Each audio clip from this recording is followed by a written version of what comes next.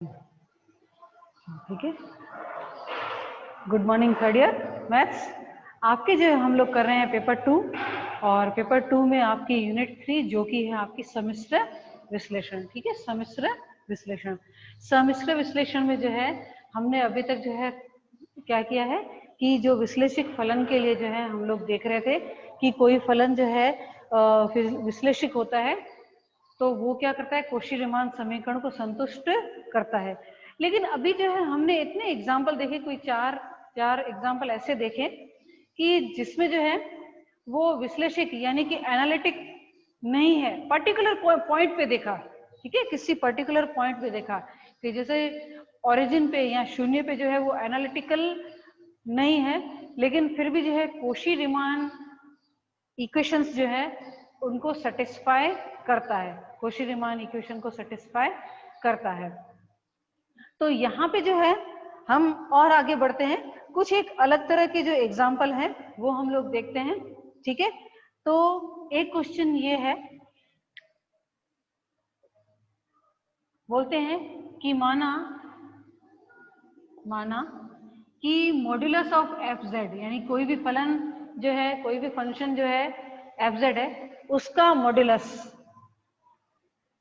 एक प्रदेश लिखा हुआ हो या प्रांत, दोनों ही लिखती हूँ क्योंकि हो सकता है कि कहीं पर प्रदेश लिखा होता है, प्रांत में अचर है,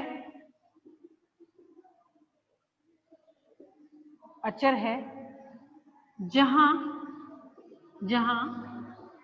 एफ जेड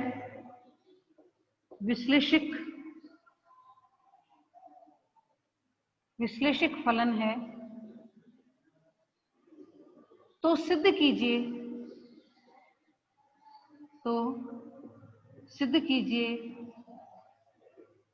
एफ जेड अचर है। तो सिद्ध कीजिए एफ जेड अचर है। ठीक है, modulus of F Z is constant in any domain, ठीक है, where F Z is analytic function, then prove that F Z is constant function, F Z is constant function. ठीक है, तो यहाँ पे जो है सबसे पहले हमारा एफ जेड क्या होता है वो मान लेते हैं कि माना F Z is equal to U plus iota V, U plus iota V. और हमें क्या दिया हुआ है, हमें दिया हुआ है कि F Z is equal to, ये क्या है, अचर। तो हम लोग क्या करेंगे कि माना सी, ठीक है, इसको सी मान लेते हैं।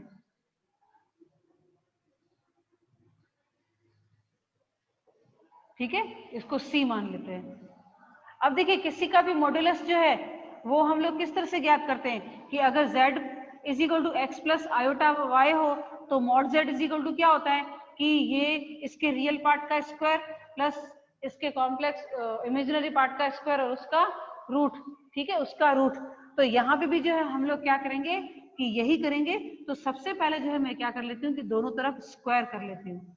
तो मैंने दोनों तरफ स्क्वायर कर लिया, तो एफ जेड क्या है, u प्लस आयोटा वी, तो ये हो जाएगा u square we square is equal to C square we square. अब जो है क्या करेंगे कि इन दोनों का जो है आंशिक अवकलन कर लेते हैं। ठीक है, इन u और v के को जो है x और y के सापेक्ष जो है आंशिक अवकलन करते हैं। तो कहेंगे कि आंशिक अवकलन करने पर, आंशिक अवकलन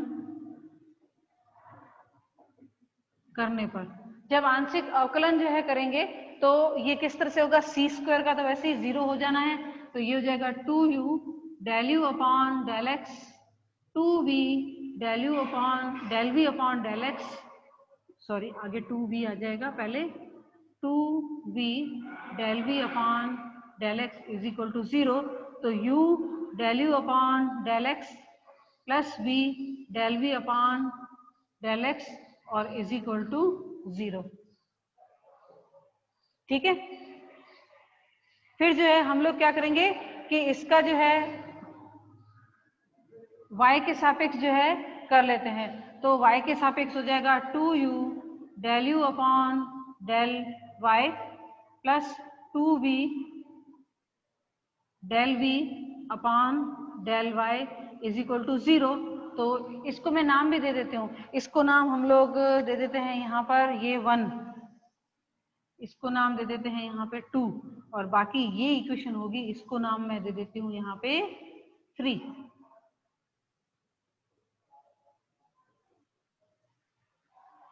ठीक है, इक्वेशन 3 बाद में देती हूँ, पहले क्या करती हूँ, कौशी-रीमान समीकरण जो है ना उसका यूज कर लेती हूँ। किसमें? इसी इक्वेशन में। तो चलिए लिखेंगे,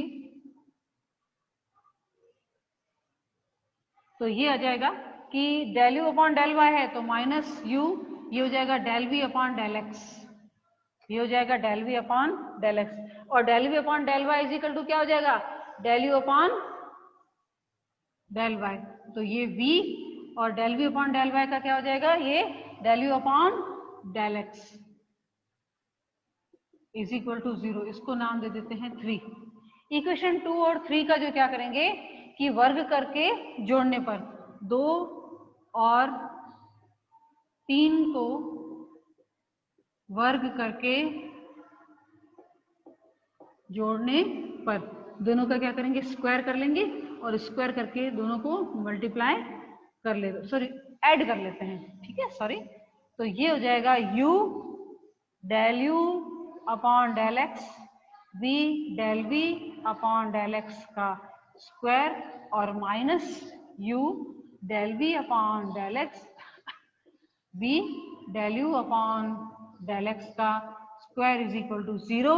तो ये हो जाएगा u square del you upon del x का square.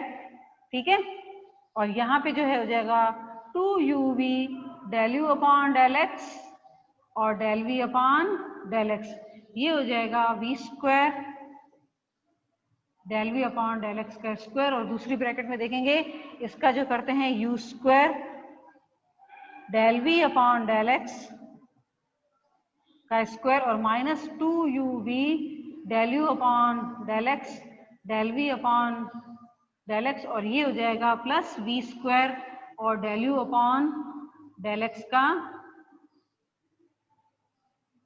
Square is equal to 0, is equal to 0। ठीक है, तो यहाँ पे दोनों टर्म जो है कैंसिल हो रहे हैं, ये दोनों टर्म तो आपस में कैंसिल हो रहे हैं, और del you upon del X जो है वो बाहर ले लेते हैं। तो चलिए del you upon del X जो है वो बाहर ले लेते हैं।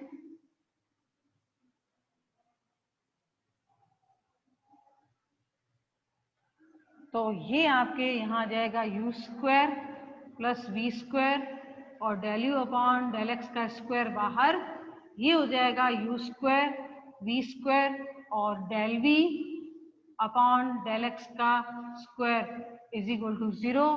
ठीक है, फिर जो है u square plus v square ये बाहर आ जाएगा, और ब्रैकेट में रहेगा del you upon del x का square plus del we upon del x का स्क्वायर इज इक्वल टू 0। ठीक है, तो यहाँ पे जो u square plus v square ये है आपका सी स्क्वायर, तो ये है del you upon del x का square plus del we upon del x का स्क्वायर इज इक्वल टू 0। यहाँ पे जो है हम लोग करें तो यहाँ पे ब्रैकेट में लिखिएगा कि बिकॉज सी आर समीकरण यानी कि कौशी-रीमान इक्वेशन। ठीक है, यहाँ पे लिखना जरूरी है, क्या हो जाएगी, सी आर समीकरण यानी कि कौशी-रीमान समीकरण। ठीक है, कौशी-रीमान समीकरण, तो उसका हम लोग यहाँ पे इस इक्वेशन में जो आगे वाली जो लिखी थी उसमें यूज कर रहे हैं। अब सी स्क्वायर तो 0 हो नहीं सकता, ठीक है, सी स्क्वायर तो 0 हो नहीं सकता, तो कौन सा टर्म यहाँ पे 0 हो जाएगा। चले यहाँ से जो है हम लोग आगे लिखते हैं del you upon del x का square plus del we upon del y का स्क्वायर इज इक्वल टू 0। लेकिन ये तो क्या है, ये तो क्या है एफ डैश जेड।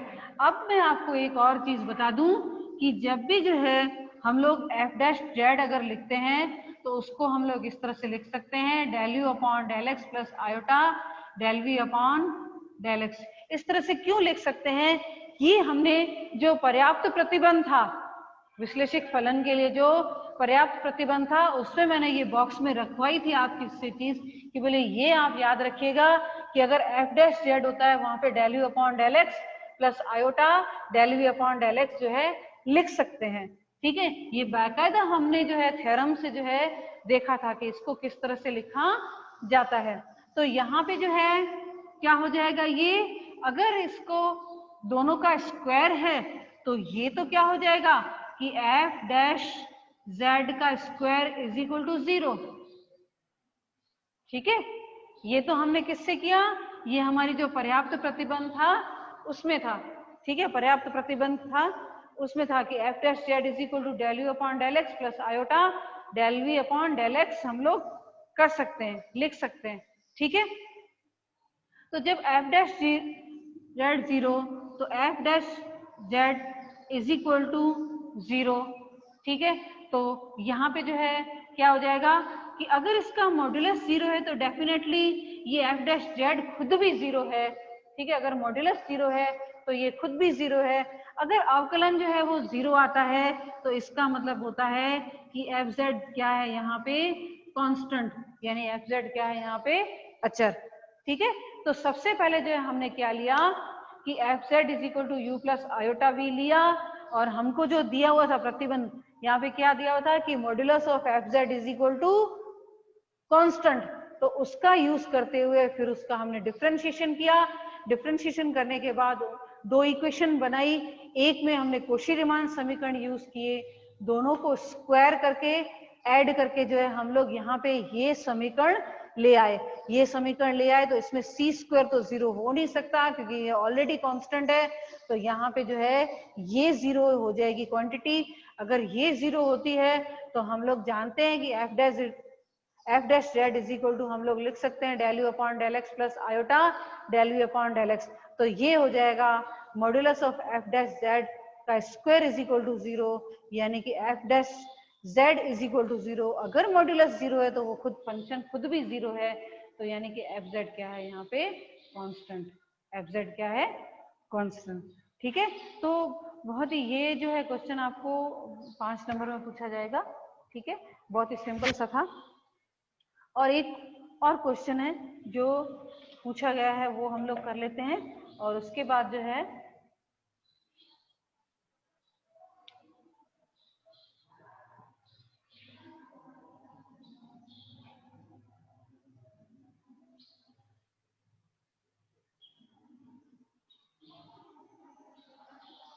क्वेश्चन ये है, प्रदर्शित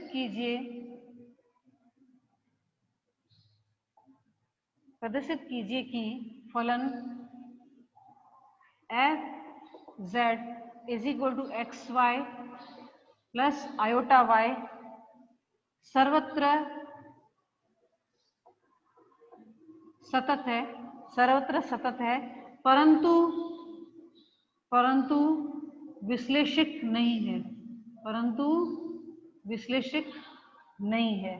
ठीक है, विश्लेषिक नहीं का मतलब क्या है कि वह जो है किसी डोमेन डी में जो है अवकलनीय नहीं है। ठीक है, अवकलनीय नहीं है। तो सबसे पहले जो है एफ जेड आपको दिया हुआ है कि X Y plus iota Y, तो यहाँ पे जो है इसको जो है मैं लिखूंगी कि U X Y plus iota, मैं इसको पहले ये लिख लेती हूँ और उसके बाद फंक्शन लिखती हूँ U X Y plus iota V X Y is equal to function दिया है आपको X Y plus iota Y. तो यू एक्स वाई जो फंक्शन है वो है एक्स वाई, और यहाँ पे वी एक्स वाई जो फंक्शन है वो है आपके सिर्फ ओनली वाई।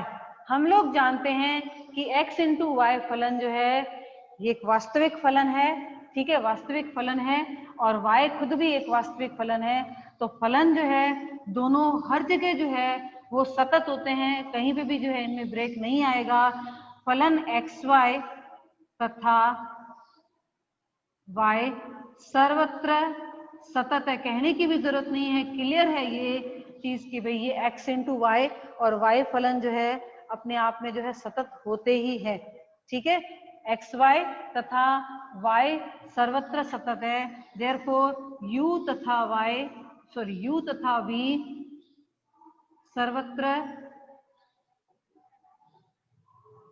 सर्वत्र सतत है, ठीक है, सर्वत्र सतत है। तो क्या हो जाएगा, therefore u plus iota V यानी कि एफ जेड जो है वह क्या है, सर्वत्र सतत है। ठीक है, ये शब्दों में ही लिखना है क्योंकि क्लियर होता है, यहाँ पे सततता जो है वो सिद्ध नहीं करनी होती है।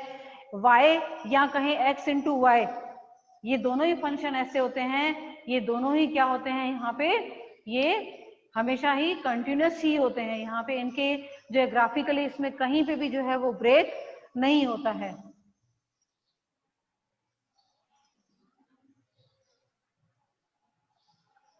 Therefore F Z is equal to U plus iota V सर्वत्र सतत है, सर्वत्र सतत है। अब जो है हमें क्या बताना है कि ये विश्लेषक है कि नहीं। ठीक है, तो सबसे पहले जो है हमारे पास u और v पड़े हैं, तो del u upon del X find कर लेते हैं जो कि आ जाएगा y, del u upon del y find कर लेते हैं जो कि आ जाएगा x, फिर जो है del v upon del x find कर लेते हैं जो कि आ जाएगा 0, और फिर जो है del v upon del y find कर लेते हैं जो कि आ जाएगा 1। अब जो है देखते हैं कि del u upon del x और del v upon del y दोनों बराबर हैं, लेकिन नहीं है क्योंकि ये y आ रहा है और ये 1 आ रहा है, दोनों बराबर नहीं है। फिर जो है del u upon del y is equal to minus del v upon del x है, तो वो भी नहीं है क्योंकि ये x आ रहा है, ये 0 आ रहा है, दोनों ही नहीं है। यानी कि समीकरण जो है वो कोशी-रीमान समीकरण संतुष्ट नहीं करता। सॉरी, एफ जेड जो है हमारा फलन जो है, फलन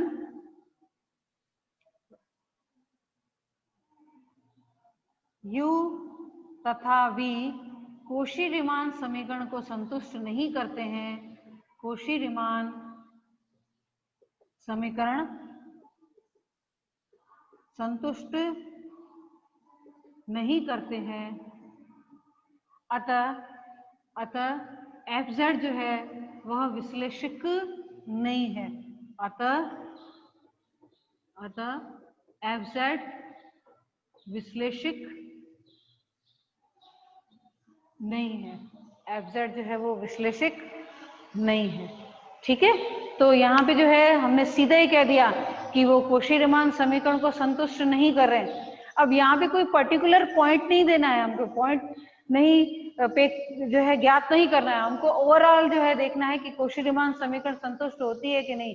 तो ओवरऑल हमने देख लिया कि नहीं होती है, तो नहीं होती, तो इसका मतलब कि वो जो है जो भी हमारा डोमेन दिया होगा उसमें वो विश्लेषक नहीं है।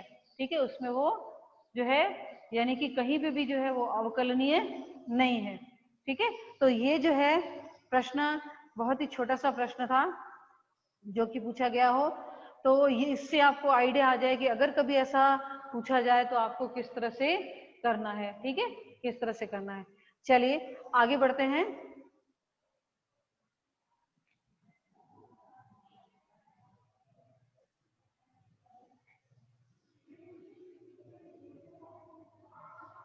चलिए आगे एक और क्वेश्चन जो है पूछा गया है, थोड़ा अलग है। ठीक है, देखिए उसको किस तरह से जो है प्रूव किया गया है कि निम्न समीकरण, बोलते हैं निम्न समीकरण द्वारा परिभाषित फलन W Z के किन मानों के लिए विश्लेषक नहीं है। अब जो है वह बिंदु ज्ञात करने हैं कि जिनमें जो है जिन बिंदुओं पर वो विश्लेषक नहीं है। ठीक है, विश्लेषक नहीं है। तो यहाँ पे देखिए किस तरह से दिया हुआ है, z इज इक्वल टू दिया हुआ है hyperbolic sine u cos u plus iota hyperbolic cos u और साइन v, यहाँ पे जो है कॉस v होगा, हाइपरबोलिक कॉस v, सॉरी, और w इज इक्वल टू दिया हुआ है u प्लस आयोटा v। अब जो है क्या हो गया है कि हमारा z जो है उसमें भी u और v जो है वो आ रहे हैं, लेकिन पर्टिकुलर देखेंगे तो वो z जो है हमारा क्या है, चर है। ठीक है, एक चर है, उसको इस तरह से जो है यहाँ पे परिभाषित किया गया है। तो चलिए हम लोग जो है सबसे पहले जो है क्या कर लेते हैं, यहाँ पे जब भी अवकलन ज्ञात करना होता है तो उसमें देखते हैं कि पहला जो है फलन जो है कौन सा है, यहाँ पे जो है क्या है, u है। तो अगर हमको dz अपॉन dw फाइंड करना होगा तो मैं क्या करूंगी, del z upon del u find करूंगी। जैसे f डैश z में क्या था कि del f upon del x find किया था। ठीक है, del f upon del x क्या था, del u upon del x plus iota f dash z is equal to कैसे फाइंड किया था, del u upon del x plus iota del v upon del X. उसी तरह से जो है मैं क्या करूंगी, z का अगर w के सापेक्ष अगर अवकलन करना है तो मैं क्या करूंगी, z का जो है u के सापेक्ष जो है यहाँ पे आंशिक अवकलन करूंगी। ठीक है, तो यहाँ पे आंशिक अवकलन कर लेते हैं। आंशिक अवकलन करने से सिर्फ u के सापेक्ष करना है, तो ये हो जाएगा कि hyperbolic cos u cos v plus iota hyperbolic sine v। इसमें साइन चेंज नहीं होता, जब भी हाइपरबोलिक जो है फलन होते हैं ना उसमें जैसे है वैसे ही रहता है, सिर्फ साइन कॉस अगर अवकलन करते तो साइन का कॉस, कॉस का साइन हो जाता है। ठीक है, तो यहाँ पे जो है ये आ गया। तो अभी इसको ऐसे ही रख देते हैं और हम लोग काम करते हैं z के साथ। z जो है हमें क्या दिया हुआ है, हाइपरबोलिक साइन u और कॉस v और plus iota hyperbolic cos u और साइन v। इसका जो है क्या कर लेते हैं, स्क्वायर कर लेते हैं। ठीक है, इसका जो है स्क्वायर कर लेते हैं तो देखेंगे कि किस तरह से जो है पद आते हैं और कैसे जो है ये लेके हम लोग सॉल्व करेंगे, z का मान ज्ञात करेंगे। चलिए इस z square is equal to हो जाएगा यहाँ पर हाइपरबोलिक साइन स्क्वायर u और कॉस स्क्वायर v, और यहाँ पे जो है ये हो जाएगा आपके कि 2 और आयोटा। ठीक है, 2 आयोटा दोनों लिख लेंगे। बड़ा सा पद आएगा तो यहाँ पे जो है ये हो जाएगा प्लस प्लस यहाँ पे 2 iota hyperbolic sine H hyperbolic sine u cos v और hyperbolic cos u sine v, और ये हो जाएगा माइनस साइन, क्योंकि आयोटा स्क्वायर आ जाएगा तो ये हो जाएगा हाइपरबोलिक कॉस स्क्वायर u और साइन स्क्वायर v। ध्यान रखिएगा कि बहुत सारे कॉस साइन आ रहे हैं। तो अब जो है क्या करते हैं कि साइन को जो है हम लोग इसको कॉस में चेंज कर देते हैं। हम लोग जानते हैं कि hyperbolic cos square minus hyperbolic sine square is equal to 1। पहले मैं ये लिख लेती हूँ कि hyperbolic cos square X minus hyperbolic sine square X is equal to 1 होता है। ठीक है, तो अगर मुझे इसको किसको चेंज करना है, अब इसको और इस दोनों को चेंज कर देंगे। इसको कॉस में लाते हैं, इसको हम लोग साइन में लाते हैं। तो यहाँ पे क्या लिखना पड़ेगा, तो z square is equal to ये ब्रैकेट में आ जाएगा कि hyperbolic cos square X minus 1, क्या आ जाएगा -1, और साथ में आ जाएगा कॉस स्क्वायर v। फिर जो है ये टर्म तो ऐसे ही रहेगा, ये वाला पूरा पद जो है iota hyperbolic sine v cos v hyperbolic cos u और साइन v। और दूसरा जो है यहाँ पे कॉस को जो है चेंज करना, क्या हो जाएगा 1 plus hyperbolic sine square u, x नहीं आएगा u यहाँ पे, तो ये हो जाएगा कि 1 plus hyperbolic sine square u। ठीक है, हाइपरबोलिक साइन स्क्वायर u और ये हो जाएगा साइन स्क्वायर v। ठीक है, इसको चेंज कर देंगे हम लोग कॉस में, इसको चेंज कर देंगे हम लोग साइन में।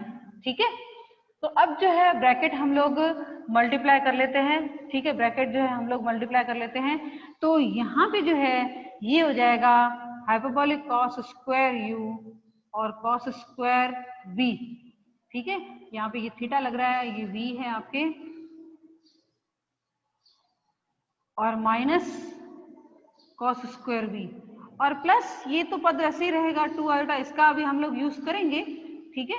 हाइपरबोलिक साइन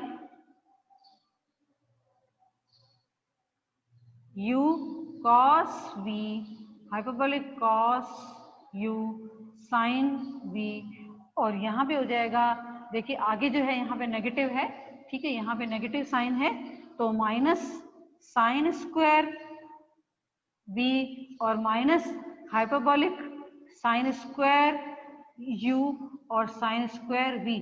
देखिए बहुत सारे पद आ रहे हैं, बहुत सारे पद यहाँ पे आ रहे हैं, इस वजह से ध्यान रखिएगा कि किस तरह से। अब देखिए कि यहाँ पे कॉस स्क्वायर और साइन स्क्वायर को एक साथ मिलाएंगे तो ये हो जाएगा 1, ठीक है, नेगेटिव साइन बाहर ले लेते हैं, और बाकी के जो 3 पद हैं इन दोनों को जब साथ में मिलाएंगे तो माइनस कॉमन निकालने पर ये हो जाएगा यहाँ पे -1, ठीक है। और इन तीनों को साथ में ले लेते हैं, कौन से पद, 1, 2 और ये 3, इनकी तरफ अगर ध्यान दें तो अगर मैं dz अपान dw का यहाँ पे अगर स्क्वायर करती हूँ, इस ब्रैकेट का अगर स्क्वायर करती हूँ तो यही आना चाहिए, सेम आ रहा है, ठीक है। अगर इसका मैं स्क्वायर करती हूँ तो मेरे पास पद कौन से आने चाहिए, ये वाले आने चाहिए, पहला इसका स्क्वायर माइनस फिर इन दोनों का स्क्वायर और प्लस 2 आयोटा और इन चारों का जो है गुणा, तो इन चारों का यहाँ पे गुणा हो रहा है, ठीक है। तो इसको जो है मैं लिख सकती हूँ, क्या लिख सकती हूँ कि dz अपान dw, dz अपान dw का स्क्वायर और ये -1, ठीक है। अब देखिए दोनों लिखे हुए हैं, एक तरफ मैंने क्या किया, z स्क्वायर का जो z का जो स्क्वायर किया उसमें जो साइन स्क्वायर, हाइपरबोलिक साइन और हाइपरबोलिक कॉस आए थे उसको इस फॉर्मूला से जो है मैंने चेंज कर दिया, साइन के बदले मुझे यहाँ पे कॉस चाहिए था तो हाइपरबोलिक कॉस स्क्वायर यू -1 कर दिया, देख लो आप, इससे आ जाएगा। और यहाँ पे हाइपरबोलिक कॉस था उसको मुझे साइन में चाहिए तो ये हो जाएगा 1 plus hyperbolic sine square U, ठीक है। फिर जो है ये कॉस स्क्वायर v और साइन स्क्वायर v दोनों ब्रैकेट के साथ मल्टीप्लाई कर दिए तो माइनस कॉस स्क्वायर v और minus sine square v, minus sine बाहर निकाल दो तो प्लस में हो जाएंगे, तो दोनों हो जाएगा, दोनों का योग हो जाएगा यहाँ पे 1, और आगे नेगेटिव साइन तो है ही। लेकिन बाकी के जो 3 पद बचते हैं उनकी अगर तरफ ध्यान दो आप, तो अगर मैं इसका स्क्वायर करूं, अगर मैं इसका स्क्वायर करूं, ठीक है, तो देखो सेम यही आएगा, साइन कॉस बहुत बार लिखा हुआ है, तो यहाँ पे इन दोनों का अगर स्क्वायर करूं तो क्या आ जाएगा, ये आ जाएगा, ठीक है।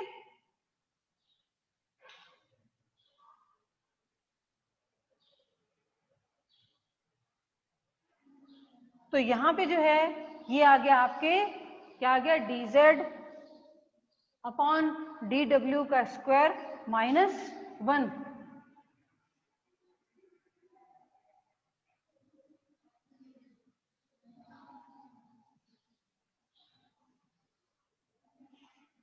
तो देखेंगे कि z square is equal to क्या आया, dz अपॉन dw का स्क्वायर -1, ठीक है। तो ये आ जाएगा dz अपॉन dw का square is equal to z square plus 1, लेकिन dz upon dw is equal to हो जाएगा प्लस माइनस रूट में z स्क्वायर प्लस 1, तो dw अपॉन dz 1 अपॉन ये हो जाएगा, इधर प्लस माइनस 1 तो है ही, और z स्क्वायर प्लस 1। अब ये जो फलन है, ये फलन जो है डिफाइन कब नहीं होगा, जब z इज इक्वल टू जो है प्लस माइनस आयोटा होगा।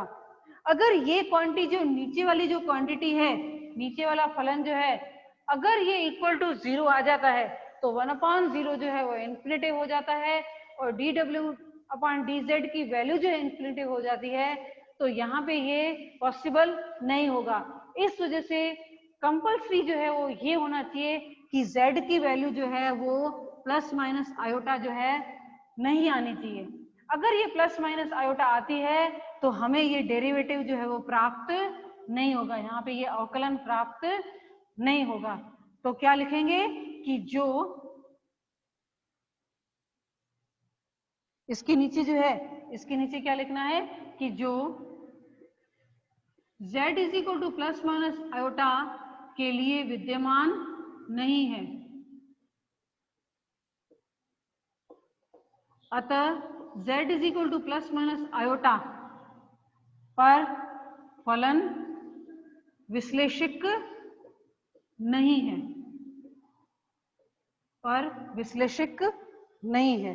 ठीक है बहुत ही सिंपल, लेकिन यहाँ पे कॉस कॉस साइन साइन बार बार आ जाते हैं, तो ये आपको देखने में थोड़ा लगता होगा कि ज्यादा डिफिकल्ट है, लेकिन कुछ भी डिफिकल्ट नहीं है। बस एक जो आपको क्वेश्चन में जो फलन दिया हुआ है थोड़ा अनयूजुअल सा दिया हुआ था, ठीक है, तो वो जो है कॉम्प्लेक्स नंबर में इसी तरह के जो है फलन दिए हुए हैं, तो इस हिसाब से आपको लग रहा होगा, लेकिन जब आप सॉल्व करो तो क्वेश्चन जो है बहुत ही इजी है।